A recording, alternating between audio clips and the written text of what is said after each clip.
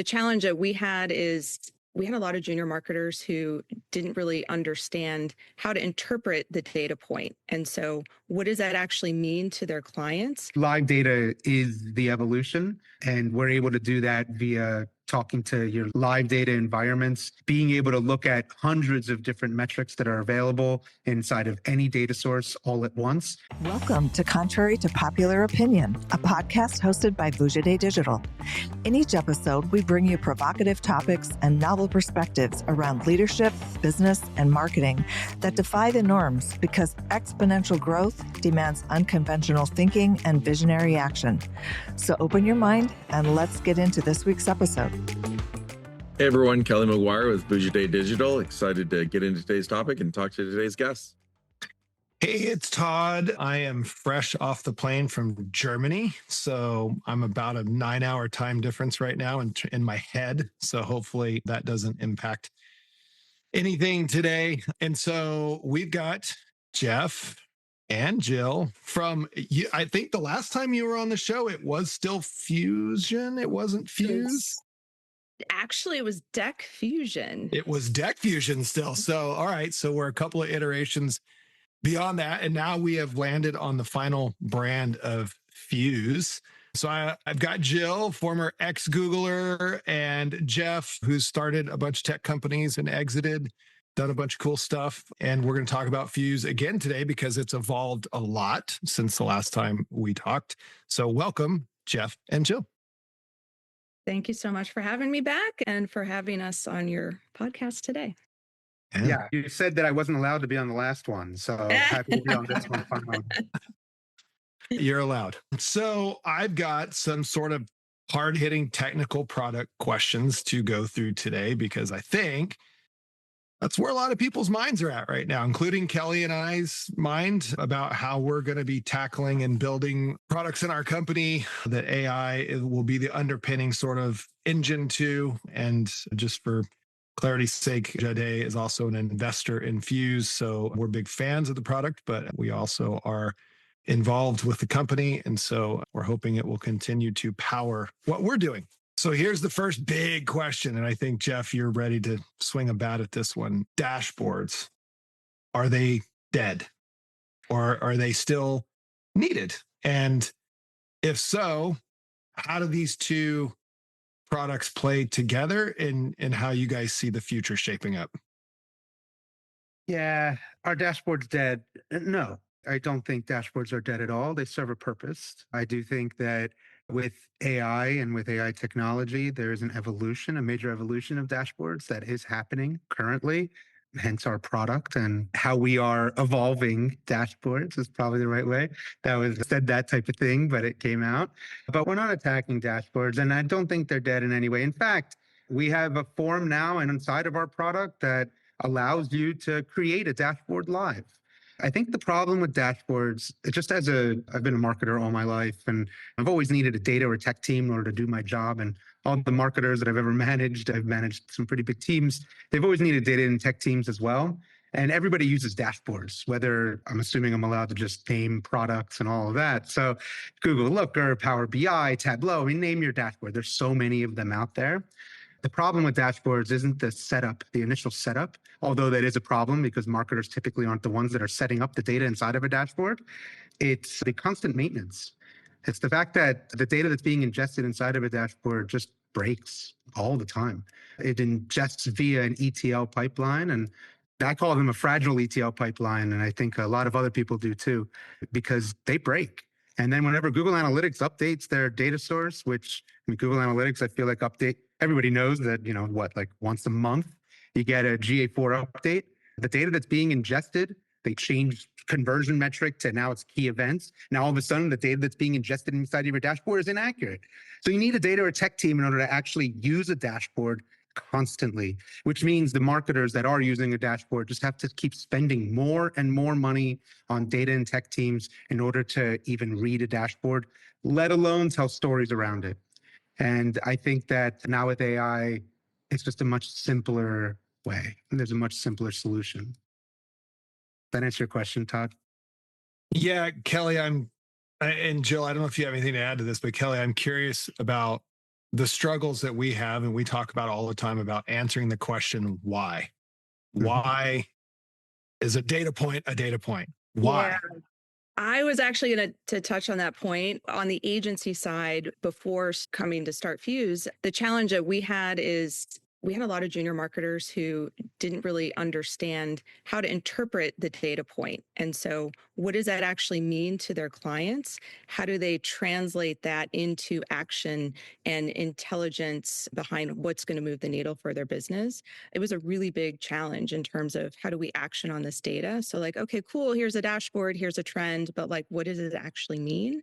That was a really big challenge that we were facing.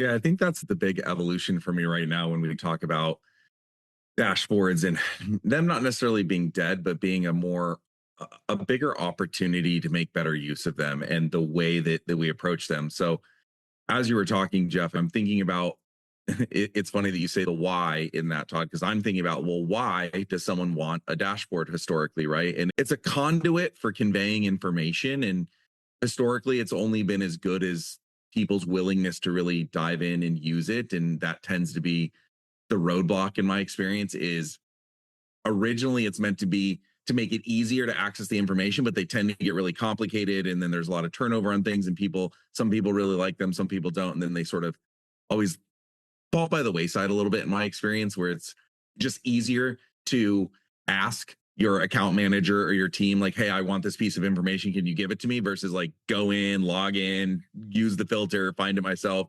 And that just, for whatever reason, the behavior goes in. And I say all that because the interesting thing that I think the AI element introduces, at least in my experience, is the dashboard, rather than being the end result of showing what you want someone to see, kind of becomes the conduit for exploration. And that's the thing for me, and that AI has gotten so much better at allowing curious people who take the time and energy to use it right to explore things they wouldn't have otherwise explored. And so now, instead of it only being able to have pre-built charts and graphs that tell you the story that I want to tell you, it's a conduit for asking semantic questions of what's going on here, how are things trending over the last couple of months, and the ability to kind of mold the dashboard to visualize the output for that curiosity and that exploration. And if you think of it that way, a dashboard, again, just becomes that interface of, I know work is being done and money's being spent, and I know data is being produced that's going to tell me how it's performing, but now I want to interact and ask and explore and be curious. And now this dashboard gives me a way to answer each of my questions without having to read a paragraph and interpret it. And I think if we start to shift our thinking in that way, it becomes a much stronger conduit and opportunity than it used to be, which is, we're just, instead of you asking us a million questions, we're going to paste it up somewhere. You go log in and find it. And we hope you actually do that. I love that. And I will say something that you said specifically, it's a conduit to display information. I think I want to just add a little bit to that. I think a little bit of a problem a huge problem with dashboards is that there's only a certain amount of data that can go inside of a dashboard. So it's actually a conduit to display the same information over and over again. So that means it's not actually telling you the full story, which needs to be evolved. That's a big problem with dashboards today, because whatever data metrics that you are putting inside of a dashboard is the data that you're looking at, and that's that. But we don't realize that there's hundreds of data metrics that you can actually put inside of a dashboard with any different data source, but you can't just put all of that inside of a dashboard. So how can you really tell that full story without all of the different data points that are actually necessary in order to tell it? So that's where we think that dashboards need to evolve, because just having a limited amount of metrics is just, it's not enough.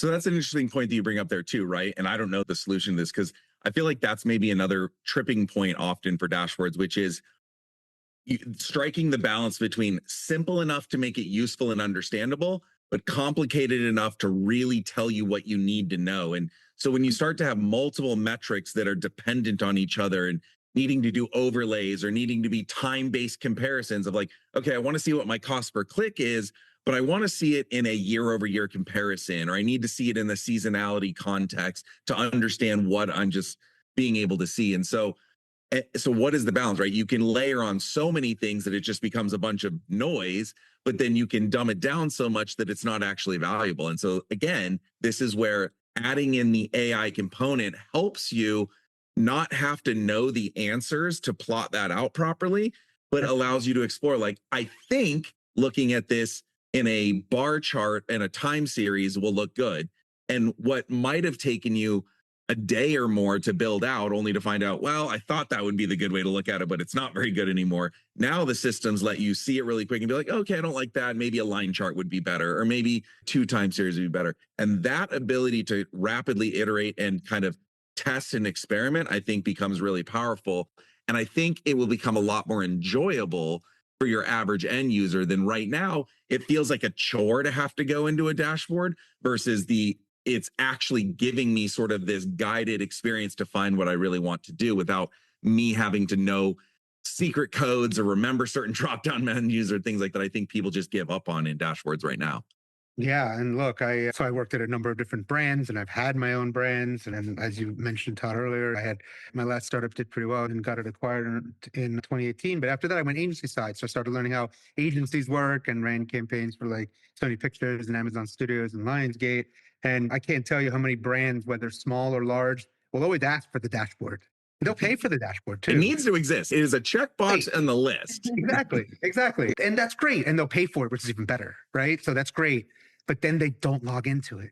And they don't want anything but the analysis around it. So they are still necessary. They don't need to go away. They're not dead. They're still around. You still need that conduit to display the same information over and over again, because it's necessary to still display a certain amount of information in a dashboard. There just needs to be an evolution. And with AI, you can do that. With AI, there's context, for example, that represent company context or world context or any type of company context. Or when it comes to, we have a number of clients, for example, that put in like quarterly goals that they want to talk, that they want to compare their live data environments to, so that it compares to that. Dashboard tools don't necessarily always represent that type of context. And the AI for BI tools, typically that's just kind of a chatbot on top of whatever data is visible on your chat or in your dashboard. So we just kind of look at things and we believe that it's time for an evolution. So that's where Fuse comes in. Okay, so I want to ask a question about our current state versus our future state. So with us in particular, our current state is we still have tech stack that uses an ETL tool that is feeding into Google BigQuery and all of our data. And so our experimentation with Fuse is that potentially is no longer needed, but that's what powers our dashboard. Yeah. So how do you sort of sit with both of these? Are we going to be in a state where we sit with both of these products? Like you said, there still might be a need for static dashboards and static sort of data layers or data views that are in a dashboard, but that's still built on an ETL and something like Snowflake or BigQuery, versus your system just sort of skips all of that, doesn't need it because it's piped right into the API feeds of Meta or Google or any of the ad channels that you guys will be adding to the platform. So I guess the question is that other stuff still needed? Are we going to be using that to fuel a dashboard, or does the live data side of things start to create its own dashboard? It's exactly what it's already doing. And live data represents accuracy. The problem with ETLs or the problem with even data lakes and query and all those tools is that you can't fully verify and get 100% data accuracy when it comes to how the data is ingested and having to be updated all the time, whether, again, the data sources have to get updated or you change something in your own data accounts themselves. Then you have to go and update everything accordingly via these ETL data pipelines. So it really is all about live data is the evolution, and we're able to do that via talking to your native live data environments, being able to look at hundreds of different metrics that are available inside of any data source all at once, and the agents knowing exactly which metrics to pull regardless of the question that you ask, and having your full company context in order to answer your question accurately and quickly. So that's a little bit about how we look at things. I have a challenge question for that then, Please. or this is what I think a counterpoint could be. So in our case, we use Funnel, great product, very widely known, widely used. And the idea that, that data isn't live, so it could be erroneous is an interesting statement because, for example, we have analysts who go in and structure mathematically through calculations, structure all that data in Funnel. It's stored in Google BigQuery. So it's, of course, human error is there. It does happen.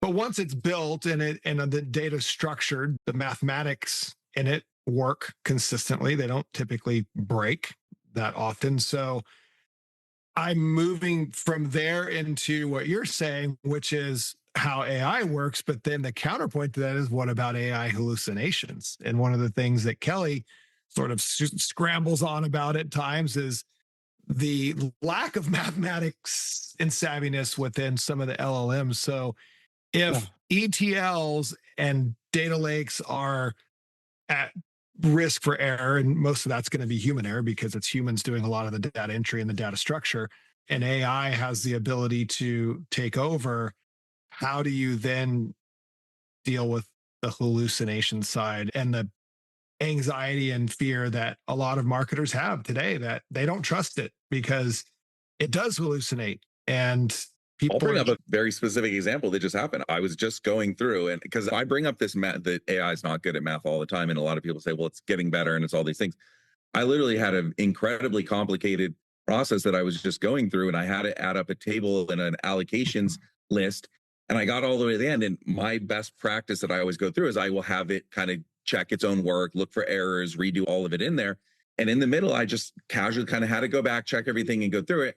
And it just very casually came back of, oh yeah, my thing doesn't add up to 100%. It only added up to 90%. I lost 10% in the process. Yep. And rather than that being a catastrophic change, the whole thing and had to redo it, it treats it so casual of like, oh yeah, my bad. And let me just update it. And here's the new one. But it's like, if you don't have an entire team of people, if one person doesn't have that gut check, that verification element on it, it can take a hard left turn, and it's a butterfly effect where everything is wrong off of one thing in an iterative process. And the bigger and bigger you get that project, the more crazy it becomes on what it could become. So I don't know, that's just an example of like, I just saw that the other day of something as simple as it didn't add up to 100%. And I still can't even figure out how it could so casually drop such a significant number in a relatively straightforward ask. Yeah, LLMs are notoriously terrible at math. So let me do one thing, and let me do one step at a time here when it comes to answering that whole thing. Because first thing I want to say is we talk to a lot of marketers and marketing teams, a lot. And as we talk to them, it's almost every single time we talk to them, they'll end up saying two words. And before I tell you those two words, let me give you the context. We always ask, how confident are you in the data that's in your dashboard, or even wherever you're looking at data currently, in comparison to just your Google Analytics? When it comes to the 1-to-1 ratio, do you feel 100% confident that the data that's in your dashboard is 1-to-1 in comparison to Google Analytics? And they'll always say, no, not really, but the two words always are, it's good enough. Jill and I don't believe in good enough. And we don't believe that the good enough is enough. We believe in 100% data accuracy. So now let's talk about how we do that and how we prevent any type of hallucinations and how we represent 100% data accuracy. We've built what's called our proprietary semantic intelligence layer, which is just a fancy way of us internally of what we call our glossary. Our glossary is a ton of context that we have built inside of our product and trained inside of our models that represents thousands and thousands of marketing words, terms, alias words and terms to all of those, and then questions that marketers ask, thousands of follow-up questions to those questions, and then follow-up questions to those follow-up questions that marketers ask, and then calculations and computations that marketers ask every day that you are typically going to get a hallucination on with just any type of AI chatbot on top of the dashboard. The reason why is because they're not trained specifically like we've trained our models. You can ask things like, what's my CAC to LTV ratio? Great, it'll represent that answer. And then what's my CAC to LTV ratio now in comparison to last quarter? It'll represent that answer with full 100% accuracy. And what's beautiful about our product is then you can ask, how do I scale my business next quarter based off this information? And then it'll go and represent that too. We built our framework to represent the answers to three specific questions that every marketer asks. One being, what is my data actually saying? And the next is, so what? So what does this actually mean for my business? And then the third is, now what? Now what should I do next in order to scale? And regarding the conversation around the math and how LLMs are just notoriously terrible at math, that's why we built specific AI agent calculators to be able to do the math for you, and that it's incredibly good at math. So, but it's all about context, and that is AI. It's all about the contextual information and the training of the models that will make your product different. And we're proud to represent the differences between what Fuse is doing and what a tool that might have been vibe coded and has some type of ETL connection, like with Fivetran or something like that, just says, hey, we put a different data source every week inside of our product. Okay, I know what you're doing, type of thing. And can you really trust those types of tools? You can find out for yourself. And with us, you can. So if that was too aggressive, I apologize. No. I might have been a little too Jeff gets very salesy on that passionate. one. Yeah, I'm very excited, and I know the market very well. So forgive me if it comes off a little too.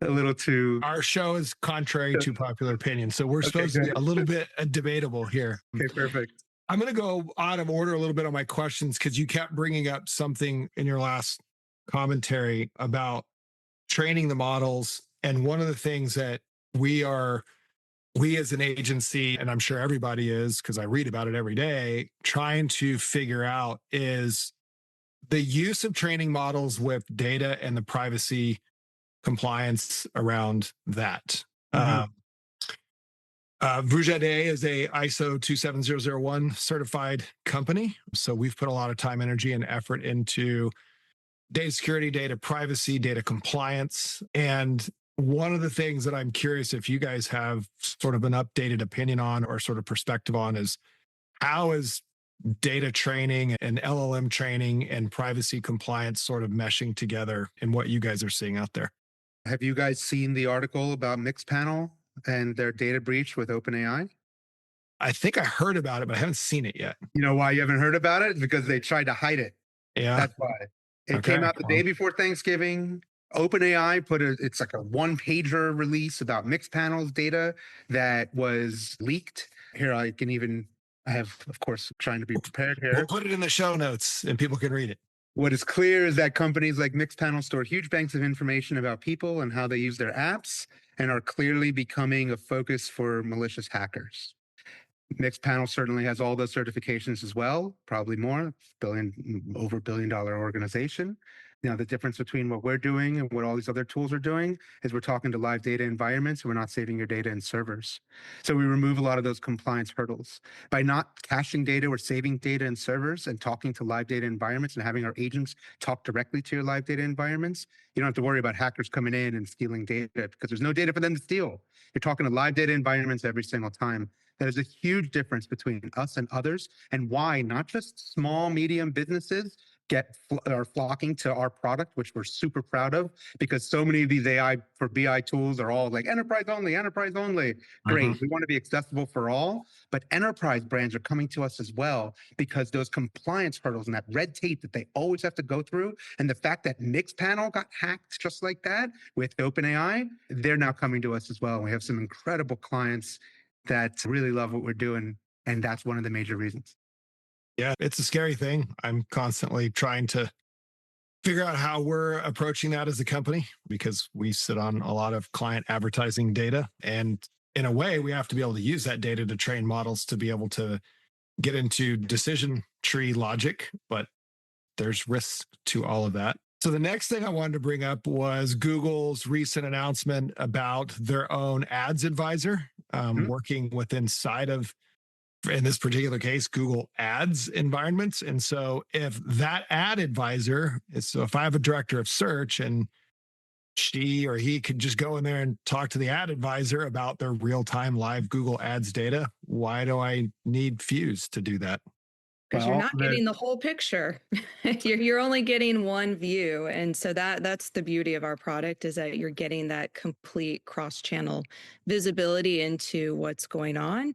And that is something that Google or Meta or anybody else is not going to be able to provide you. So that's really that, plus our, as Jeff mentioned earlier, our intelligence, kind of our secret sauce programmed in intelligence. That's also something that Google doesn't have as well. Isn't that interesting though, that like they would put all the time, energy, and effort to develop that? And your answer is the answer that I would give, which is, well, that's fine if you're just looking at a single channel in a silo. Sure. But Sure. I mean, other than maybe the media person that's working in that channel, and maybe it's fine for that, but as a more macro level marketing intelligence platform, that's obviously not going to work because it isn't cross-channel. It's not multi-platform, multi-channel in that aspect. So I think it's interesting that they would do that, knowing that doesn't answer.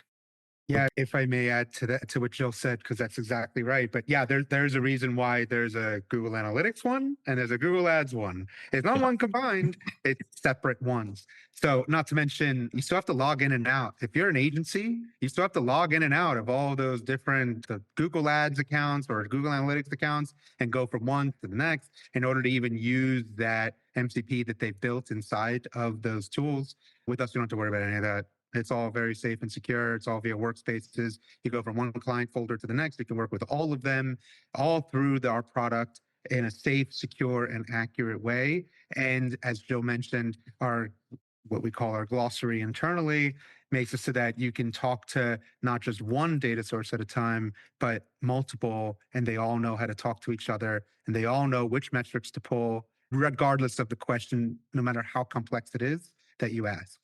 So if you ask about performance, it knows exactly which metrics it has to pull from all of your specific data sources that relate to performance, and will represent that answer for you accurately, and then represent the strategy in order to show you how to scale that up. Yeah. I've got one last question for you both, and then I will want to move us into a rapid fire close. So this is not necessarily product related, but I think since the last time we spoke, there's been tremendous advancements with Fuse, not only from product development, but also on the pitch and financial side, the growth of the company and the people that have got involved. So as both of you being tech founders, what is one sort of major contrarian lesson that you've learned about being involved in an AI startup in a very crowded space? What would be one lesson? We should both. We're going to give you two. So since we're being put on the spot, Jill, why don't you start and I'll finish if that's okay? Unless, yeah. Do you want to give an answer first? You go ahead. I'm still. You got it. You got it. Don't be afraid to adjust. We were Deck Fusion first, because we believed that that last mile problem was a huge problem. And we wanted to take data with AI and create presentations for closing deals, creating audits, all of that. Pivoted. And we're so grateful that we pivoted. And the reason why we pivoted is because we had users come inside of our product, take a look at it. And you know what they always say? They were saying, wow, this is cool. That's not really the answer you want, because that makes it feel like you're just a you're a novelty of a product. And that's not something that people really feel sticky or addicted to. And that's not the product that you really want. But what they did say is, what's really cool about this is the data that I'm able to connect. And I really want to dive further into the intelligence of this data. So that's when we broke apart our product, got rid of the deck side, thankfully, because there's Gammas of the world who are killing it. OpenAI, their update today of GPT 5.2. It's really just about take a whole bunch of data and create presentations visually, just so much more beautiful now. It was a great move. We did that in March. It was a hard pivot, but it was a necessary pivot. And in startups, you better pivot fast, because otherwise technology these days is just going to take over. So that's my advice. Pivot fast. Don't worry about what's happening today. Try and consider where the future is heading with technology. And that's what you should be building. Yeah, and I agree with all of that. And I would say also, I know you guys believe in this philosophy, but just test and learn. I mean, as marketers, don't be afraid to get your hands dirty, roll up your sleeves, test new products like Fuse. There's a lot out there and it can be a little overwhelming, but just pick something to start with, test, and just keep learning. There's so much to learn in marketing. It's an incredibly exciting time to be in marketing right now. It's a lot of change, but yeah, just have having that test and learn mindset, I think, is good to have. We would agree. We like to get our clients to be brave enough to let us test and learn. Kelly always says a test cannot be a test if it cannot fail, which some tests fail. You guys have been with us from the beginning and you've seen plenty of failures. So also, I would say don't be afraid to fail. I have to go find another deck building solution since you don't do that anymore, which was our initial interest in your product and why we got excited by it. But there's everything now to do that. Yeah. All right, rapid fire, one word answers from each of you. So I'll say the question, but I need a one word answer from each of you and I'll give you a choice. You just have to spit it out. Jill, how about we do this? Jill, you go first on each one of these. Jeff, you follow second. So first one is dashboards, obsolete or essential? Essential. Let's go essential. They're still essential. Yeah. I can't say They're evolved. not yet obsolete they'll always be essential. They just need to be evolved. That's all right. So they're still essential. One word, Jeff. One word. I know, that's the hard part. That's hard for me. I don't know how anyone can do that. The modern data tech stack, overrated or underrated? Underrated. It depends how you define modern, but underrated. Okay. Biggest analytics villain, complexity or noise? Complexity. You guys are doing good. You agree. What marketers need more of, intuition or data? Intuition. I mean, I would say more accurate data. I wouldn't just say data. It's more.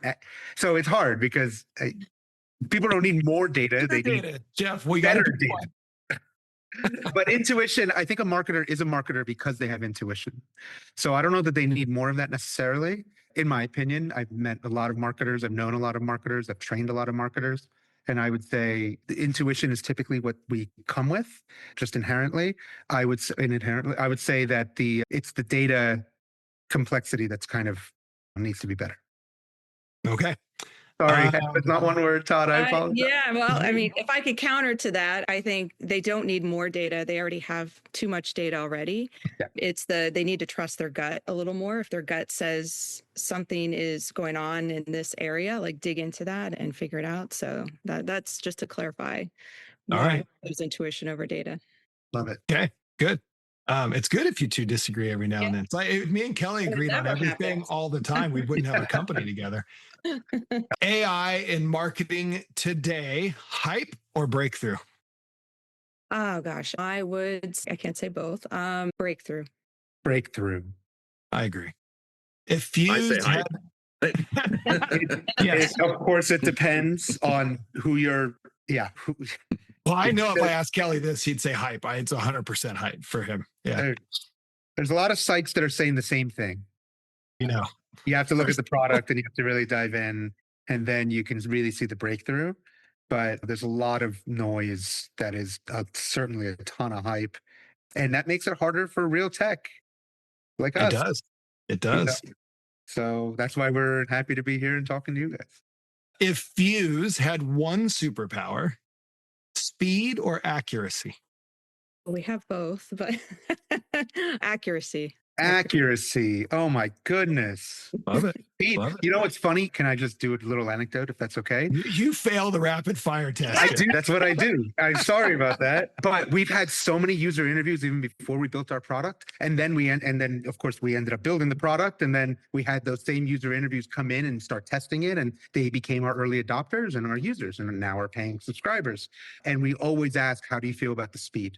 How did you feel about the speed even before the product was made? Is the speed really something that matters to you? Typically, then they kind of said yes. And then as the product was being built and they kept using it and kept going in there, they started saying speed doesn't really matter. We care about the accuracy. And they keep asking them and asking them. Now the product is blazing fast and it's awesome, but people didn't really care as much about the speed. The accuracy is everything. And that's the big thing with AI and the hallucinations. And are you going to get hallucinations or not? That accuracy is key and really the key to our technology more than anything else. Love it.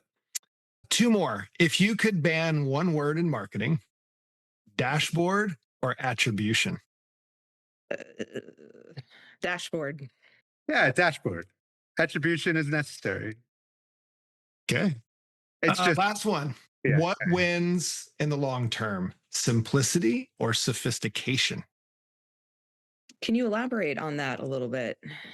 Just in general, what wins long term? Simplicity or sophistication? Think of Fuse, think of data, think of all of it. Think of the product. Is it simplicity or sophistication that wins long term? I mean, I think the simplicity is the sophistication. So simplicity.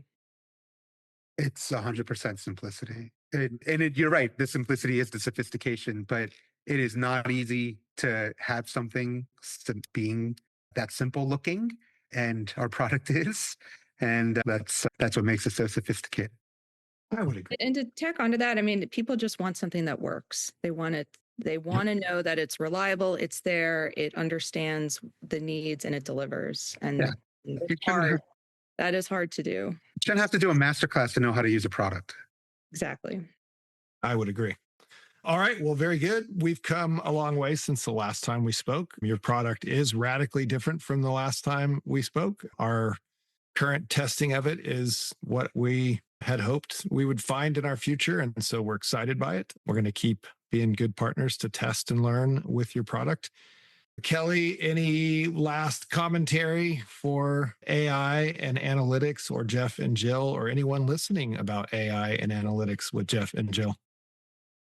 No, I mean, for me, I think all of what we've talked about is really exciting. I think, when I joked around and I said I would pick hype, I think it's exactly what Jeff said, which is the breakthrough's there. I mean, I sound jaded when I talk about AI, but I think it's because there's too much noise and too much overpromise and too much hype that's built up around it that drowns out the really great stuff that exists in it. But if you can sort through that, if you can kind of be discerning, if you can have the right reasons of what you're looking for and the right tolerance to learn how to use things the right way. It's funny because it bleeds into the other question around simplicity versus sophistication, because my answer would have been sophistication in the sense that it allows you to do better work versus cheaper and easier, and just having the right motivations to it, I think, is really important. But yeah, I'm really excited about what AI can do, and the way that Fuse is looking to use it is really exciting to me, because I think that's what does create the breakthrough, is having a purpose, having a vision for it, and trying to improve things versus just cheaper, faster, easier, flash in the pan type stuff. Yeah. Well said. Jill, Jeff, thank you. What do you want to tell listeners? What do they need to go do? They need to go to our website, Fuse.is, Fuse.is, and come check us out. Fuse is your AI data strategist. So come on, take a look. Even as you go and log in, if you'll see a little circle on the bottom right, and you can talk directly to us. And after 1 a.m., that goes directly to Jill. So please go ahead and chat directly with us. And we're here to help. And onboarding is incredibly easy, but we'd love for everybody to try it out and test it out and tell us what they like and what they don't like and how we can make it better for them. Awesome. Well, we'll probably talk to you again in another few months and see what the next iteration looks like and the next breakthroughs with the product. So thanks for always sharing wisdom and insights around AI and analytics in your product. I think everybody needs to be in this level of exploration and testing, and Fuse is a great product. We'll put everything in the show notes, and have a wonderful holiday break. If you get one as a startup founder, you might not get one, but hope you get one. No. Thank you. Are you guys going to CES, by the way? Oh, should I not ask that? All right. This was wrapped up. Well, no, that's a great. Actually, we will be at CES. So if any of our listeners want to get in touch, reach out to us. We'll be there. We'll be on. And we have a pretty major press release coming in mid-January. So we have a lot of news coming. So awesome. Thank you for this, guys. Thanks for listening to Contrary to Popular Opinion, where we challenge you to think independently, push the limits, and take uncommon action so you can achieve game-changing results in your business and your life. To stay up to date with our latest episodes, be sure to click the follow or subscribe button now. Thanks again for listening. See you next time.